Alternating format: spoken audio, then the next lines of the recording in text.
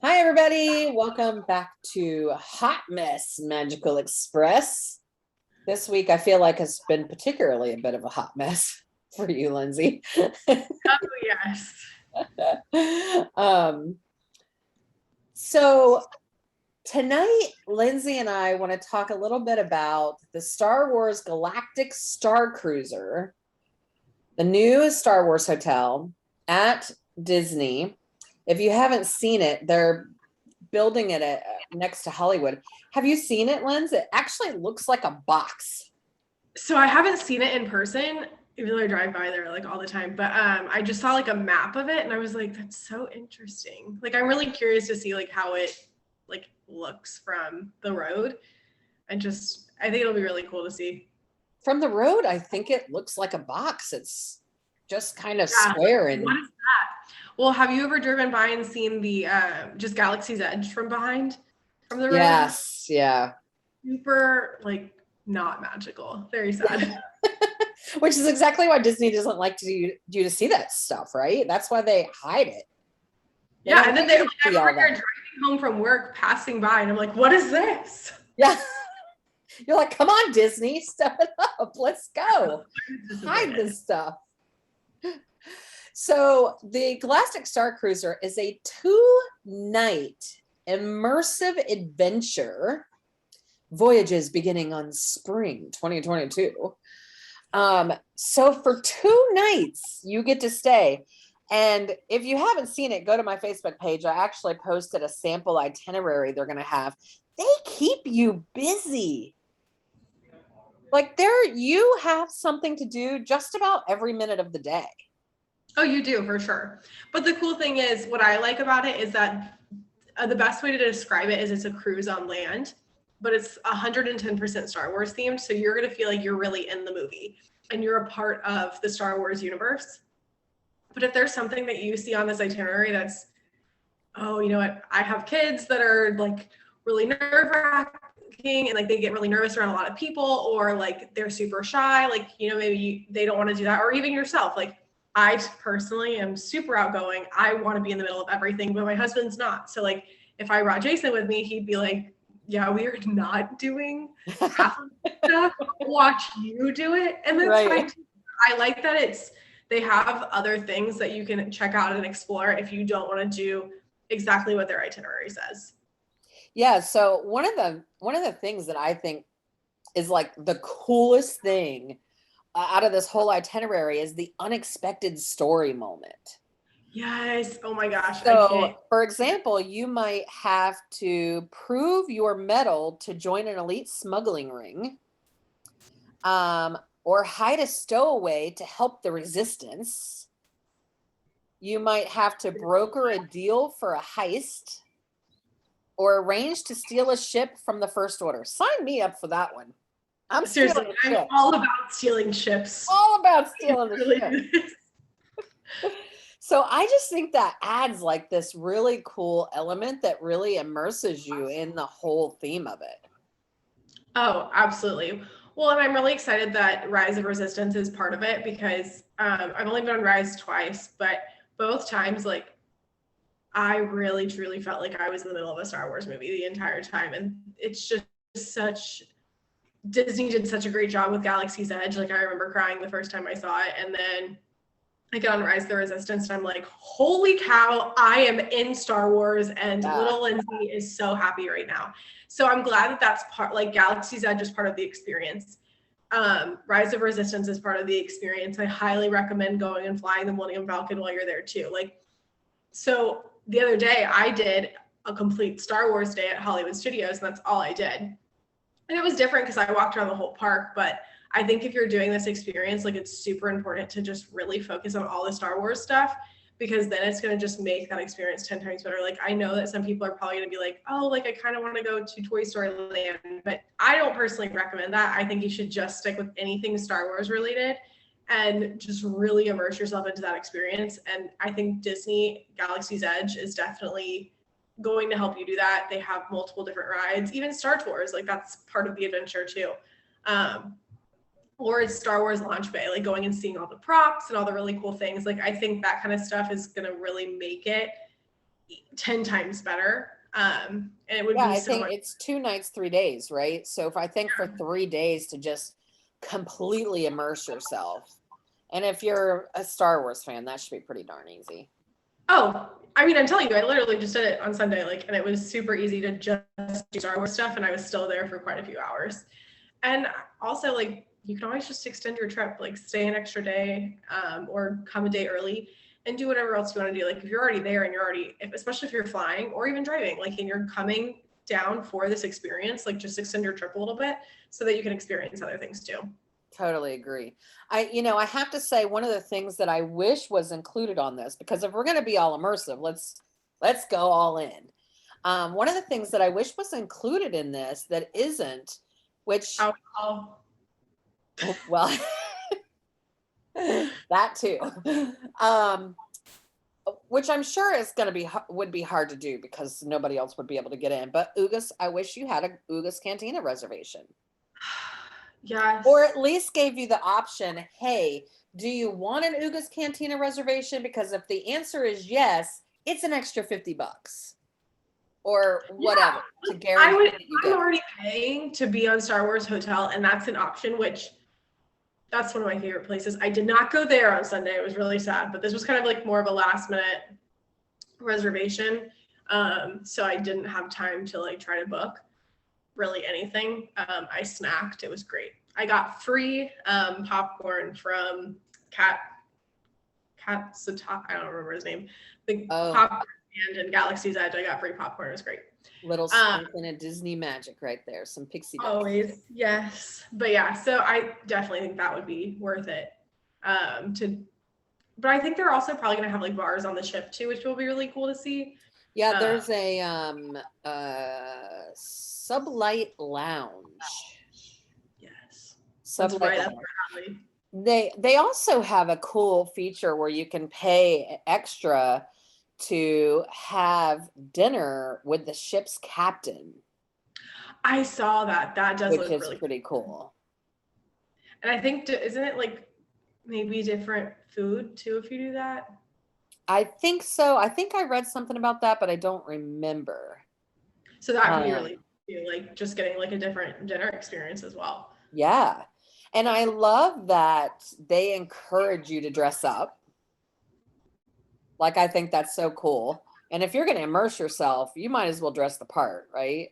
Let's be honest. I mean, I totally would come as Han Solo because that's just who I am as a person.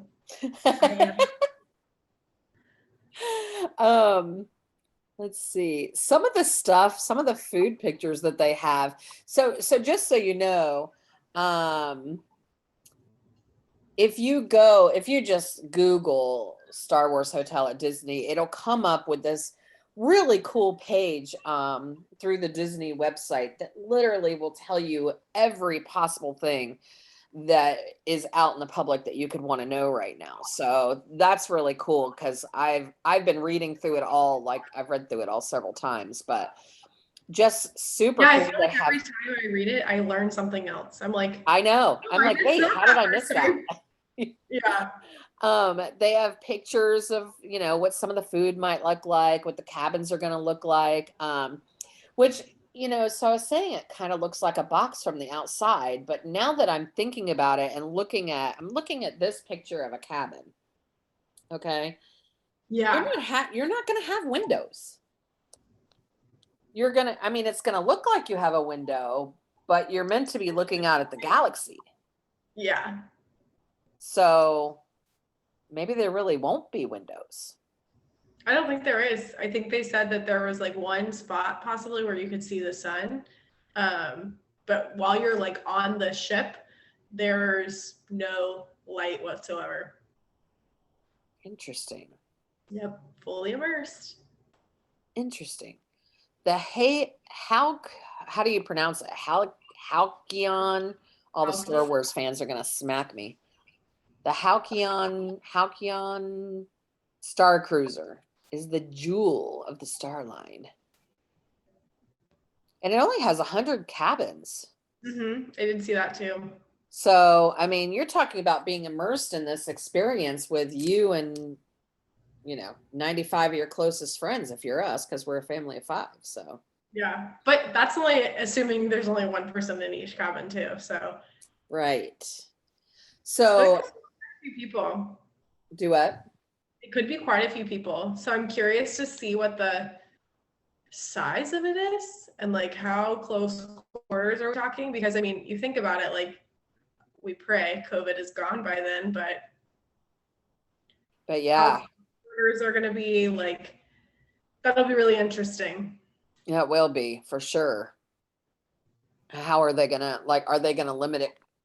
Do it when they open, our words, Maria, words.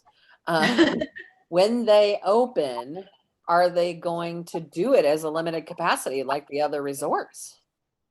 Even though it's just 100 people, 100 rooms, because 100 rooms honestly could end up to be 300 people. Yeah. Yeah, it'll be interesting to see. I think Disney's doing everything that they can to try to keep people safe. So I think they're just playing everything by ear, and that's still, I mean, heck, we were fine for a whole 2 months, and then everything hit the fan real quick. So Yeah. I think that's the thing, is they're not going to plan this far out there. They have 100 rooms, they can fit so many people.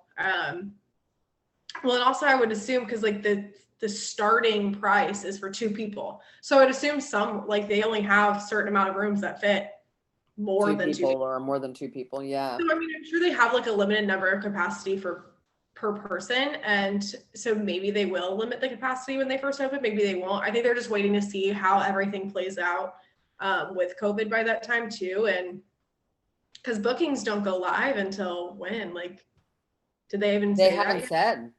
They Yeah, haven't said when the bookings will actually go live, and they have not said, from a travel agent perspective, if we will even get commission on this, or if this will be something completely separate from us. that could be really interesting too, because man, that's like, So, yeah. the starting price is like, what was it, 4,800? Yeah, so let's talk about the price for a second. It's expensive.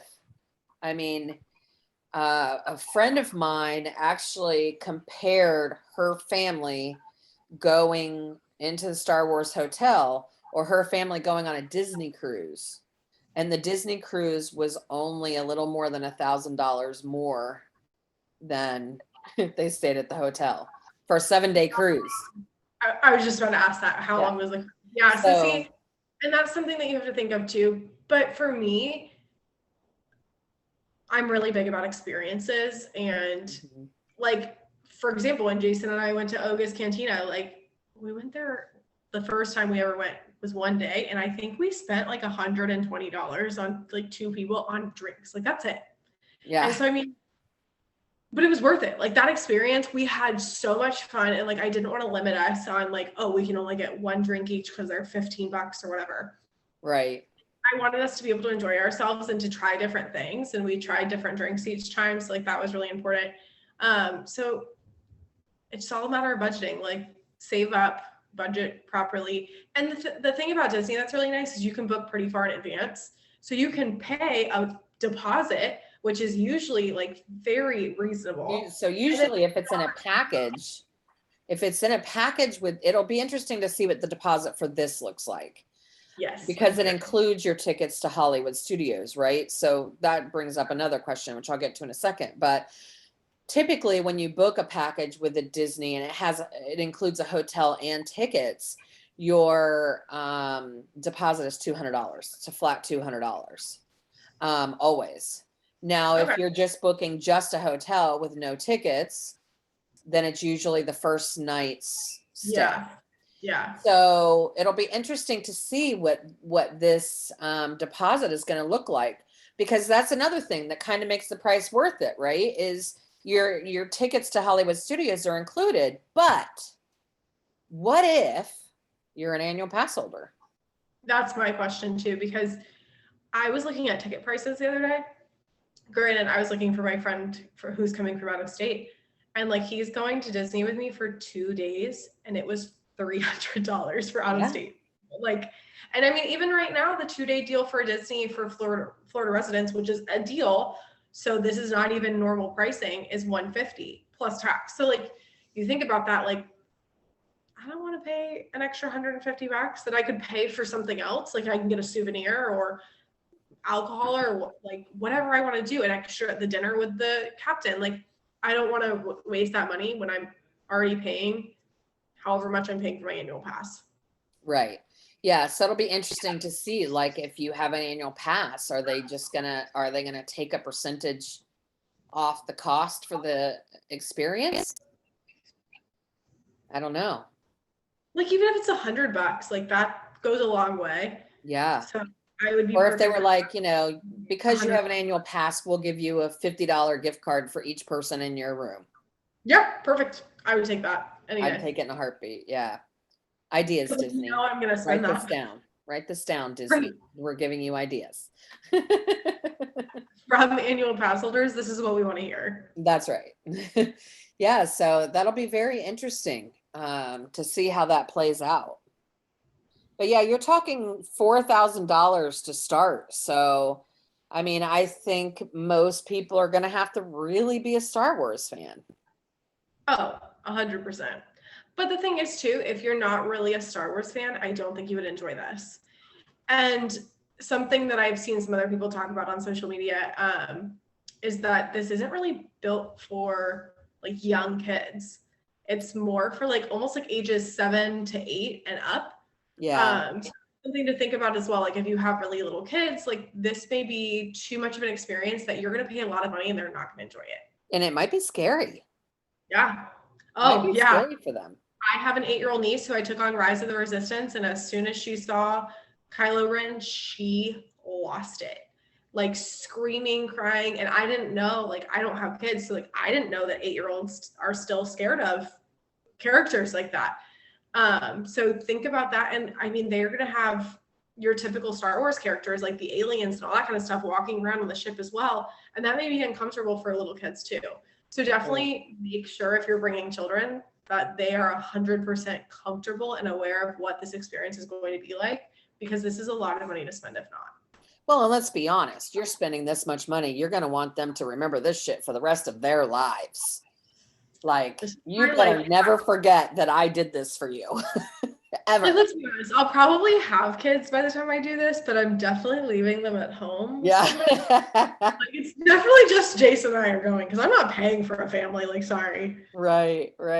Oh, I love my future children and everything, but not that much.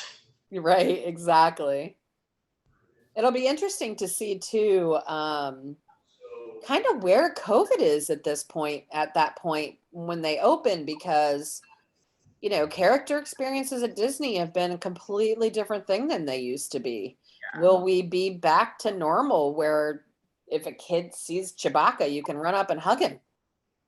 You know? Well, and I'd be interested too, like what type of character experiences are they going to have on the ship as well? And are they going to be socially distanced? Like, so it will be interesting to see how Disney Cruise Line does the character greets once they start back up. And I think that could be a really good gauge for how they're going to handle Star Wars Hotel. That's true. That's a good point. And they talk about on the page about how there will be new and familiar characters.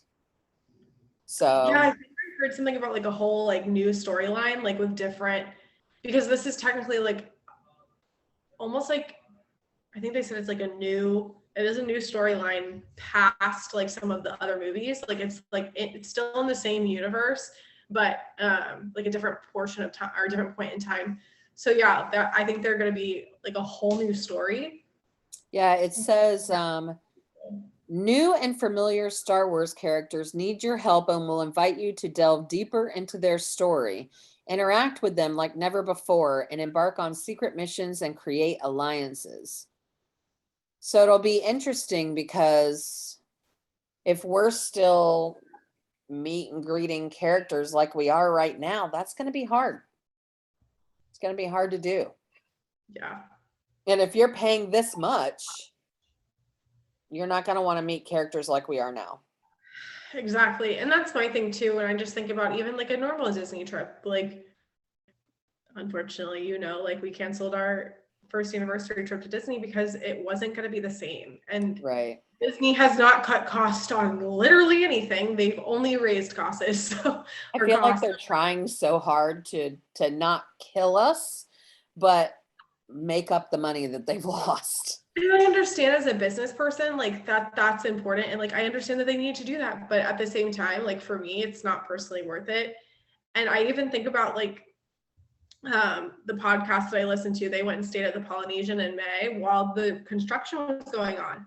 And they were Right. like, it was a whole different experience. It wasn't what we were used to, but it was their first time back since the start of the pandemic. So they really wanted to stay at their favorite resort. And they were like, it wasn't even really worth it. And it's not like Disney even gave a cost cut for that. Like, Right. so I definitely think that like, and that's, I mean, I can tell you right now, like I will not be going to Star Wars Hotel next year as much as I would love to. We just have some other financial priorities, but like at some point I do want to try this, but I promise you, I will not go until I know for sure that I'm getting the full immersive experience when Agreed. COVID is under control. I agree. So speaking of Disney and, cutting costs and pixie dust and stuff, funny, we'll end with a little funny story, that I had some clients that got the full immersive experience at Fort Wilderness Cabins. They were staying in Fort Wilderness Cabins at the campgrounds and woke up in the middle of the night to a flying squirrel in their cabin. And do what? That's my dream. So they woke up to this flying squirrel. My house. I'm like, the snake did not need to be in my house. Right. No snakes, but a flying squirrel is good. Good. Totally fine. So they couldn't get it out. They call the front desk or whatever. They have maintenance come. Maintenance guy can't get it to come out. So like 2 o'clock, 3 o'clock in the morning, whatever time it was, they're moving to a new cabin. But kudos to Disney for really making it up to them. As the travel agent, not the client, they wouldn't give me details on what they did, but I was told they were well compensated. So, Disney tries, they really do.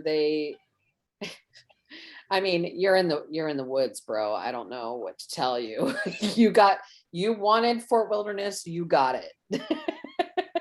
You mean this is still not part of the experience? Like I thought this just came with all cabins. Right. But I thought it was a pretty funny little story, and kudos to Disney for making it up to them. So seriously, guys, if you ever go to Disney and something is not magical, please talk to them and tell them that they want your trip to be as perfect as it can be. Obviously, things are going to happen that are completely out of their control, but Disney is really going to try to do everything they can to make it up to you. Absolutely. Absolutely. I totally agree. Quick shout out. So if you can see my 50th anniversary ears here. Obsessed with them.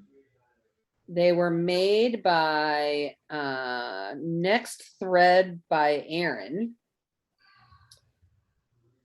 And she's one of those furloughed cast members in the Ear for Each Other group. If you don't know about the Ear for Each Other group, you've got to join. It's amazing. So she was one of the furloughed cast members, so started her little sewing company. And the ears, they're adorable. I'm obsessed. And then we have my bow right here. Oh, and so this is from a small shop owner. On Instagram, it's BB Brooke. Bippity Boppity Brooke. She's a small shop owner. She does a lot of her sales, actually, she'll donate proceeds to the cast members who were furloughed and laid off. She is an awesome shop, super cute stuff, jewelry, ears, headbands, stuff like that. And she also, during the pandemic, actually created, I want to say it was like 5,000 masks she hand sewn and mailed out to people. So yeah, she's really awesome. Definitely support the small shops as much as I love shopping at Disney, and I will buy a mug every time I go. I do really like supporting the small shops too. I do too, especially the ones that are from the cast members that I mean, the amount of talent these cast members have, and it took, being furloughed in a pandemic for them to understand and grow their talents and open their businesses. But I'm a fan. I'm here for it. I love it. Me too. So, all right, guys, until next time, like, subscribe. We don't know what our subject will be next time, but we'll figure it out. Who knows what we'll talk about. And in the meantime, go check out that Galactic Cruiser because you want to be on it. And we'll talk to you soon. Bye. Real soon.